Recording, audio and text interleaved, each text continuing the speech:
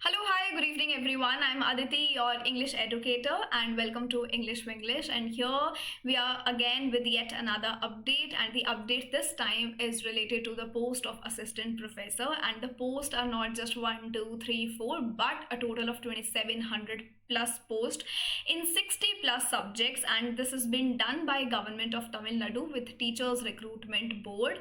And here on English Winglish we continue with these kind of updates, and I've recently covered different states like Haryana, Chhattisgarh, and so much more, where we are covering all the updates that we receive, which would be good for our academia.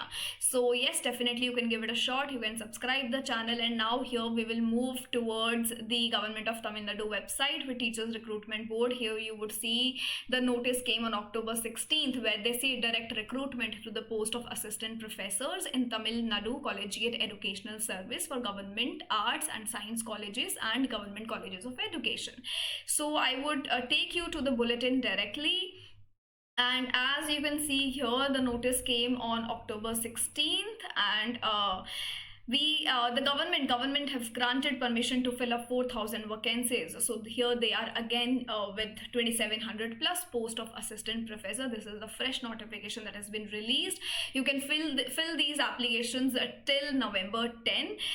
The pay scale here would be on level 10 basis. तो assistant professor का जो pay scale यहाँ पे है वो आपका 57,700 से start होने वाला है, and the number of subjects that they are covering here are more than 60, and I will show you the list here, so stay tuned.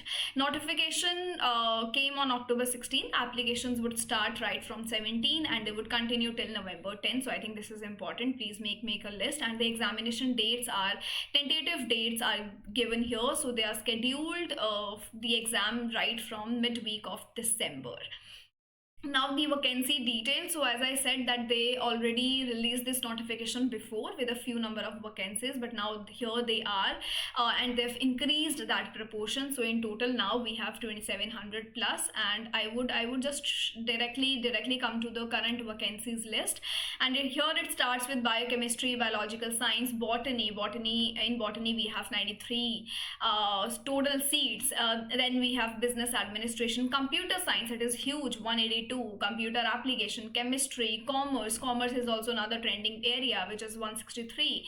Commerce with computer application, e-commerce, international business, cooperation, corporate secretaryship. So I think all of these are important. You can see the number of seats here. In English we have a huge number of seats, 406. So this is a great opportunity, and personally I take up English, so I think it is great.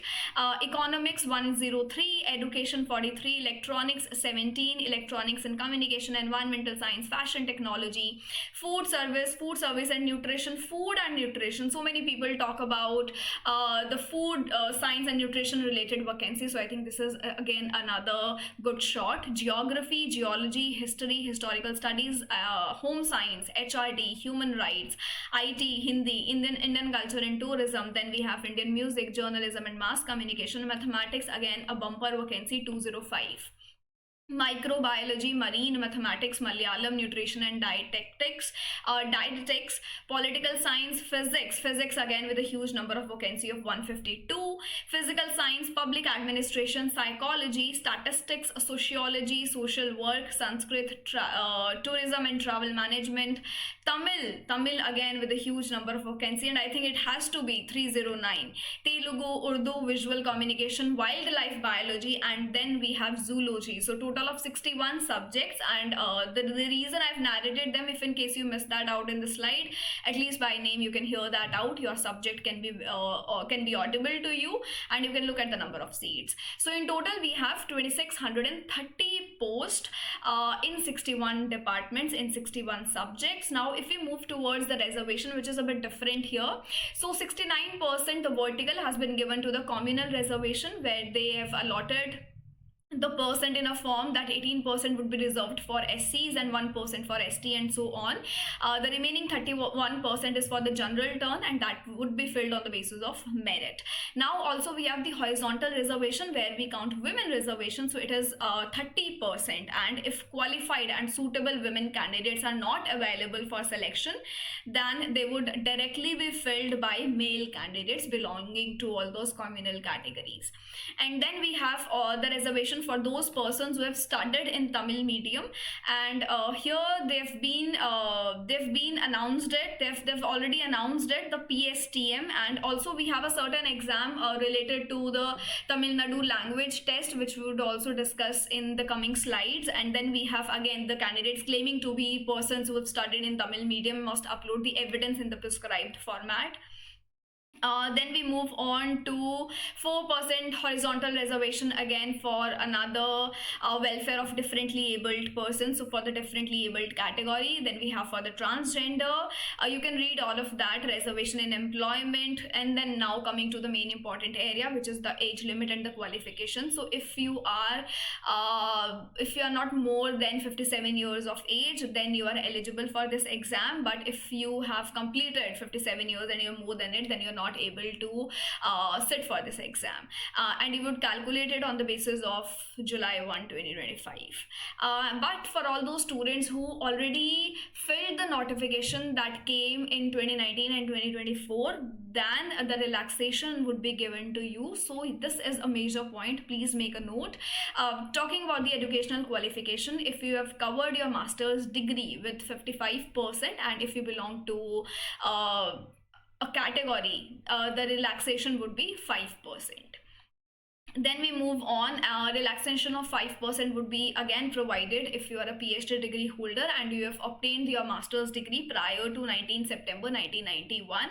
And besides the master's degree and all the qualifications, you need to have your UGC NET with you, or CSIR, or a similar test like SLET or SET. So SLET or SET also becomes eligible here. If you have cleared your SET and SLET, then also you are again eligible. Or if you have been awarded a PhD degree, then also you are again eligible for the paper. Now moving on to the another different style, and where they've said the teaching experience certificate definitely counts, and teaching experience would be calculated on the date of notification.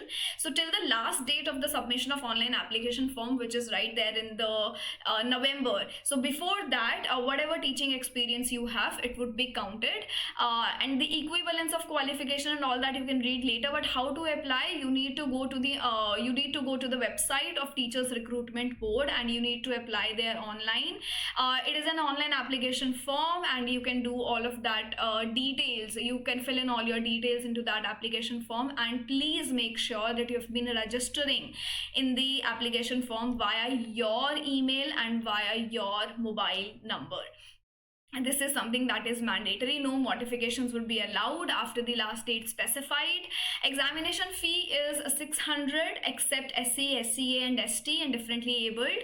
For all these exceptions, we have the examination fee, which is listed here, 300 rupees. And all those students who have already now applied for this post before in the previous notifications, so you do not need to pay the fee, because they've already said candidates who had already applied and paid the fee earlier in response, you have to apply again afresh, but they're exempted from the payments of fees. I think this is again a really good move, because in India we have seen a lot of papers that are released and then their notifications are cancelled and we have a fresh notification, but you need to pay again.